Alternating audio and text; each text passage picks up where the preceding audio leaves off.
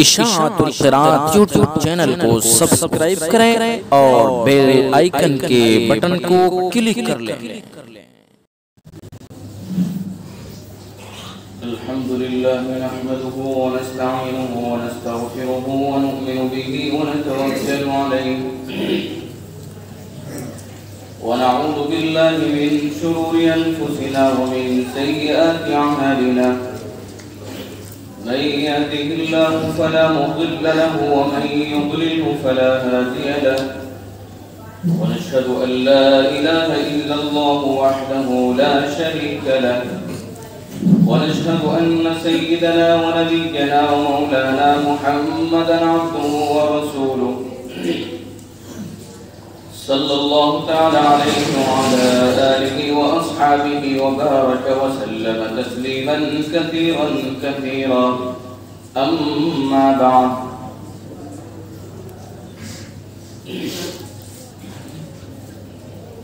برادران اسلام، محترم بزرگ و دوست اور عزیز ساتھیوں، رجب کا یہ مہینہ چل رہا ہے اور آدھا مہینہ گزر چکا ہے۔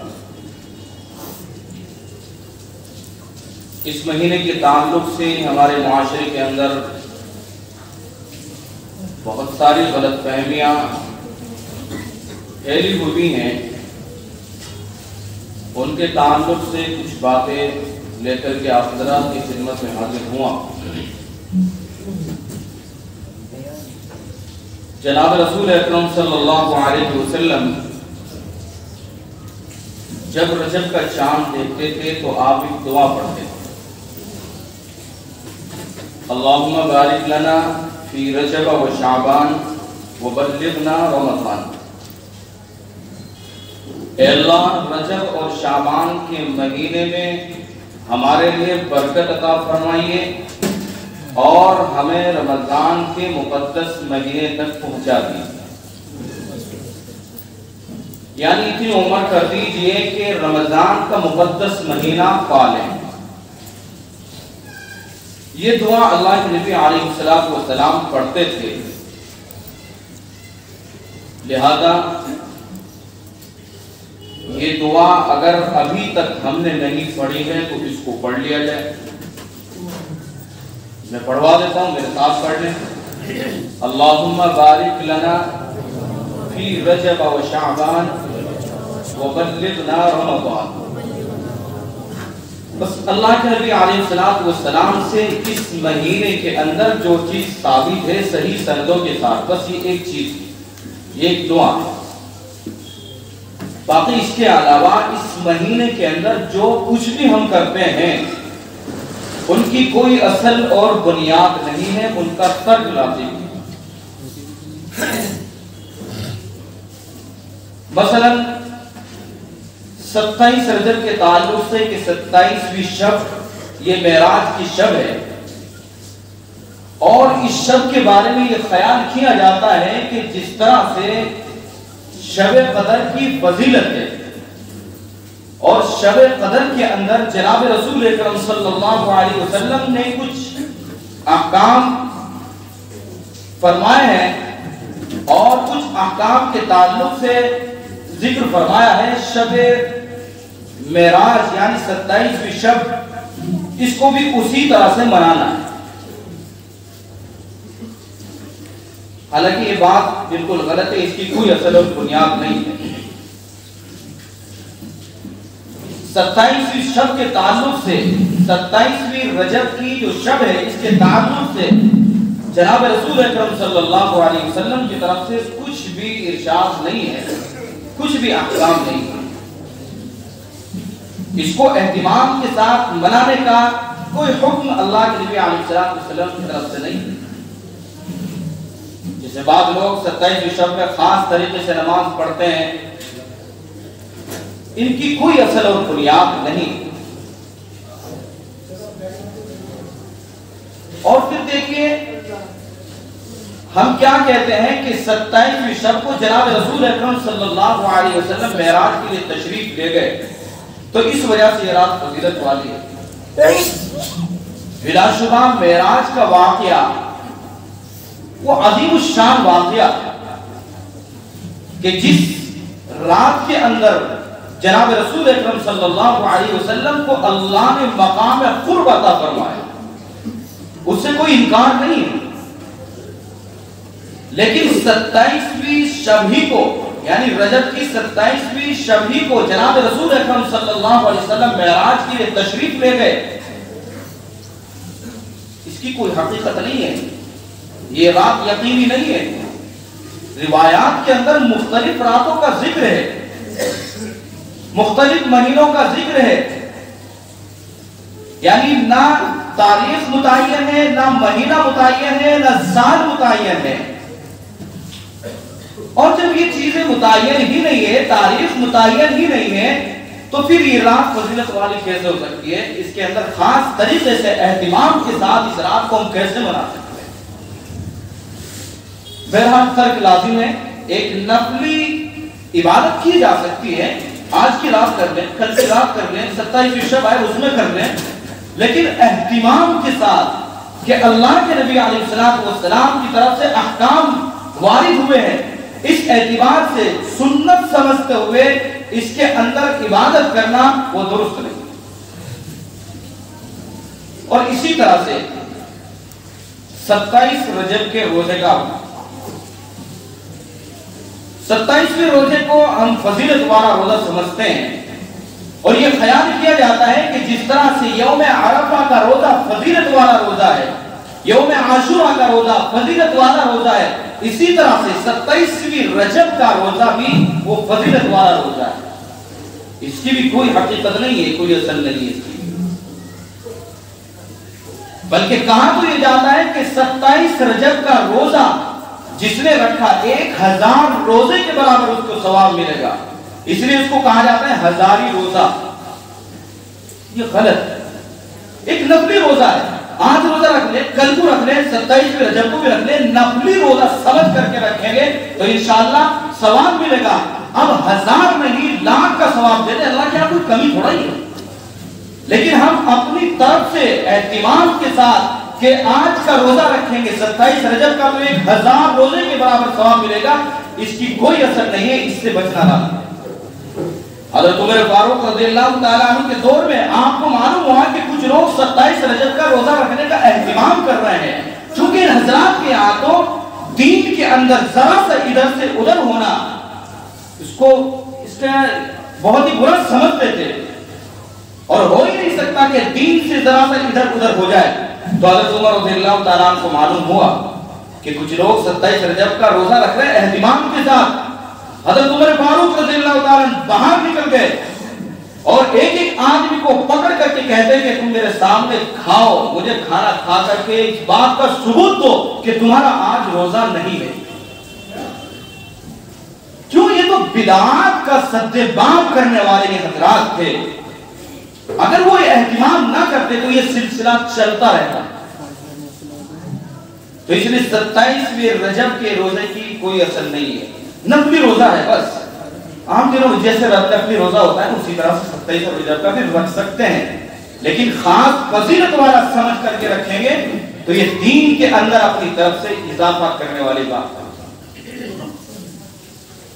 تو نہ 27ویں رجب کی شب کو خاص اہتمام کے ساتھ منائیں گے چونکہ کوئی ثبوت نہیں ہے،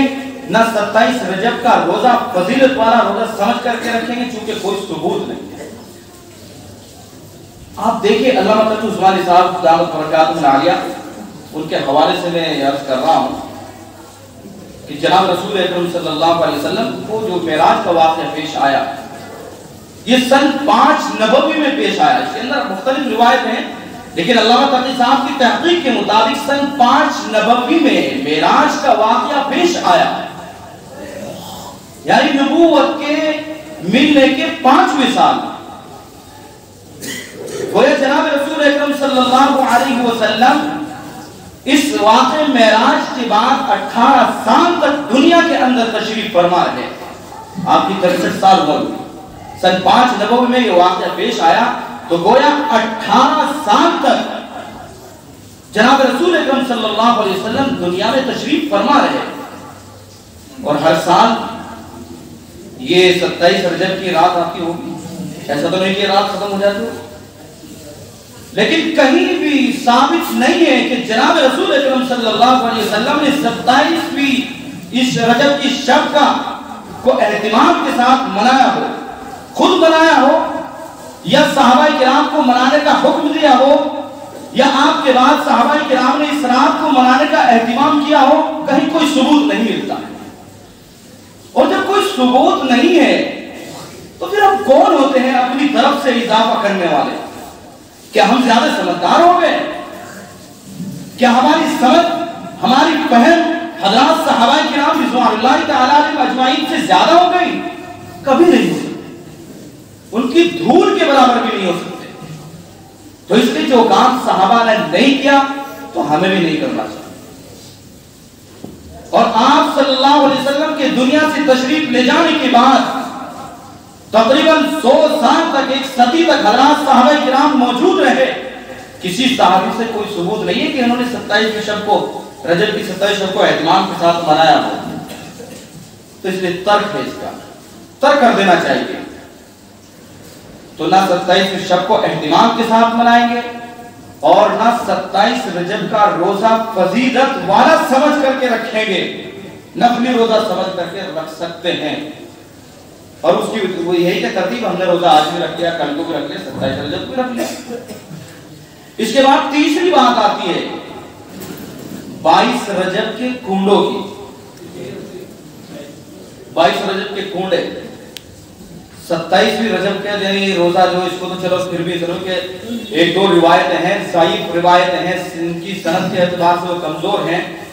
کچھ نہ کچھ تھوڑی سی چلو ہے بھی، لیکن 22 رجب کے کنڈوں کا تو پتہ نہیں کہاں سے یہ رسم شروع ہو گئی، کس طرح شروع ہو گئی، اور خوب دھوم دھماکے کے ساتھ ہم لوگ مناتے ہیں۔ وہ کنڈے بن رہی ہیں، میٹھی کچوریاں پوریاں بن رہی ہیں، ادھر سے ادھر جا رہی ہیں، ادھر سے ادھر آ رہی ہیں، جس طرح سے باقاعدہ جو ہے گوشت تقسیم ہوتا ہے کہ اس گھر میں اس گھر میں، اسی طرح سے کنڈوں کو بھی یہ سلسلہ چل رہا ہے۔ وجہ یہ ہے کہ دین سے دوری ہے، معلوم نہیں ہے کہ اس کی وجہ کیا ہے۔ وجہ صرف یہ ہے، چونکہ پوچھو بھائی کیوں کر رہے ہو، بڑے کرتے چلے آ رہے ہیں، ہم بھی کر رہے ہیں، کوئی وجہ نہیں ہے۔ ہمارے آباء و اجداد، ہمارے باپ دادا کر رہے تھے تو ہم بھی کر رہے ہیں۔ چونکہ یہ چیز ایسی ہے کہ ان میں حظ نفس ہے، لذت ہے، ذائقہ ہے، مزے ہیں، اور انسان چاہتا ہے، انسان کو چاہیے کہ بس میرے ٹھیلے ہوں، بس نفس کے لیے مزہ ہو، ذائقے ہو، اور ان چیزوں میں یہ مزے ہیں، تو اس وجہ سے ان کو اہتمام کے ساتھ کیا جاتا ہے۔ اور جو اس کی وجوہات پوچھ جاتی ہے، جو بتانے والے وہی بتاتے ہیں کہ بھئی وہ حضرت جعفر صادق رحمت اللہ علیہ کی نیاز ہے،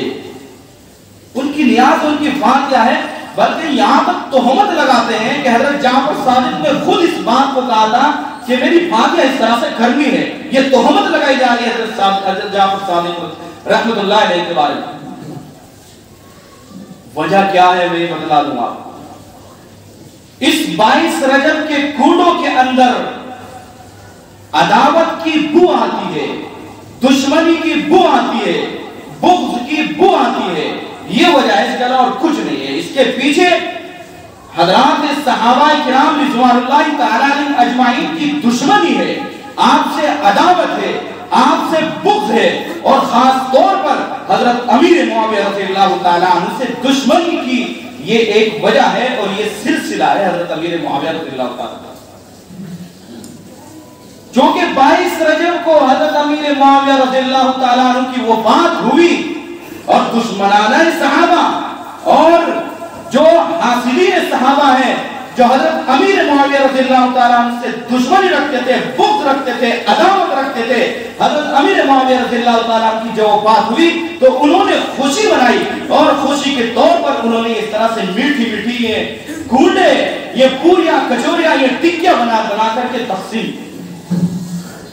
اور اس وقت انہوں نے سلسلہ، چونکہ اس وقت اہل سنت والجماعت کا غلبہ تھا، علل اعلان کھلم کھلا یہ کام کر نہیں سکتے تھے، اس لیے ان کا طریقہ کار یہ تھا کہ چھپ کسی خفیہ طریقے پر، خفیہ جگہ پر یہ ٹکیاں بناتے تھے، اور وہیں جا کر کے ان کو کھایا جاتا تھا۔ یہ سلسلہ تو آج بھی ہے، جو لوگ ان کا اہتمام کرتے ہیں کہ وہ خفیہ طریقے پر، خفیہ جگہ پر یہ ٹکیاں بناتے ہیں، اور وہیں جا کر کے ان کو کھایا جاتا ہے۔ لیکن آگے چل کر کے جب یہ رسم کچھ سنی گھروں کے اندر، مسلمانوں کے اندر یہ پہنچی تو انہوں نے اس کو نام دے دیا کہ حضرت جعفر صادق رحمہ اللہ عنہ کی یہ نیاز ہے، اور اصل ہے حضرت امیر معاویہ رضی اللہ تعالی عنہ کی وفات کی خوشی، لیکن بعد میں یہ کہہ دیا کہ حضرت جعفر صادق رحمہ اللہ تعالی عنہ کی نیاز۔ تو کس نتیجے پر پہنچے؟ اس نتیجے پر پہنچے کہ یہ حضرت امیر معاویہ رضی اللہ تعالی عنہ کے دشمنوں نے، حاسدوں نے ان سے بغض اور عداوت کی وجہ سے یہ سلسلہ جاری کیا جو آج ہمارے اندر بھی جاری اور ساری ہے، لہذا اس کو ختم کیجیے۔ ورنہ صحابہ کرام رضوان اللہ تعالی علیہم اجمعین سے بغض اور عداوت کی وجہ سے واقعی ہم اپنے آپ کو اللہ کے سامنے کیا منہ دکھائیں گے؟ ہر جمعے میں آپ وہ سنتے ہیں اللہ اللہ فی اصحابی لا تتخذهم غرضا من بعدی فمن احبهم فبحبی احبهم ومن ابغضهم فببغضی ابغضهم۔ صاف کر دیا اللہ کے نبی علیہ السلام نے کہ جو صحابہ کرام رضوان اللہ تعالی علیہم اجمعین سے محبت کریں گے وہ گویا میرے سے محبت کریں گے، اور جو میرے سے محبت کرتے ہیں وہ اللہ سے محبت کرتے ہیں، اور جو صحابہ کرام سے بغض رکھتے ہیں وہ مجھ سے بغض رکھتے ہیں، اور جو مجھ سے بغض رکھتے ہیں وہ اللہ سے بغض رکھتے ہیں۔ اس لیے اب تک اگر معلوم نہیں تھا توبہ کریں، اور جو لوگ یہ کر رہے ہیں اس کو ختم کر دیں۔ کوئی چیز نہیں ہے یہ،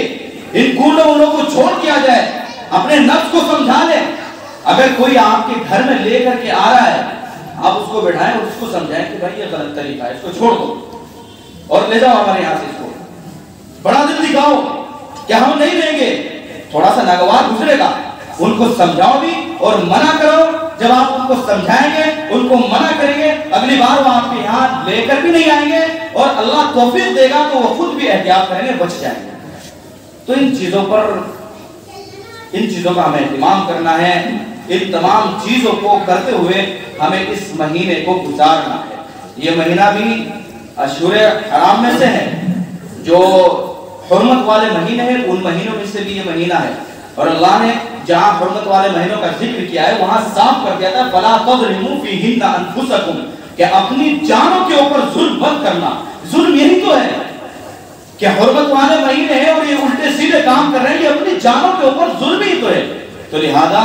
بس ایک چیز ثابت ہے صحیح سندوں کے ساتھ، وہ میں نے شروع میں عرض کی اور وہ دعا ہے اللہم بارک لنا فی رجب و شعبان وبلغنا رمضان۔ اس کے علاوہ جو بھی کچھ کرتے ہیں سب کا ترک لازم ہے، سب کو چھوڑ دیا جائے، اور جو یہ کر رہے ہیں ان کو پیار کے ساتھ نرمی کے ساتھ سمجھایا جائے۔ سمجھائیں گے تو انشاءاللہ ان کی بات بھی سمجھ میں آئے گی، اور اس کا اجر آپ کو بھی ملے گا، اور جو سمجھ رہے ہیں ان کو بھی ملے گا، جو سمجھا رہے ہیں ان کو بھی ملے گا۔ تو اس لیے اس بات کا اہتمام کریں، تو کریں گے سبھی حضرات۔ اپنی زندگی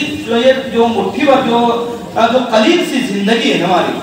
اس کو سنت کے مطابق گزاریں، شریعت کے مطابق گزاریں۔ اللہ تعالیٰ ہم سب کو عمل کی توفیق عطا فرمائے۔ وآخر دعوانا الحمدللہ۔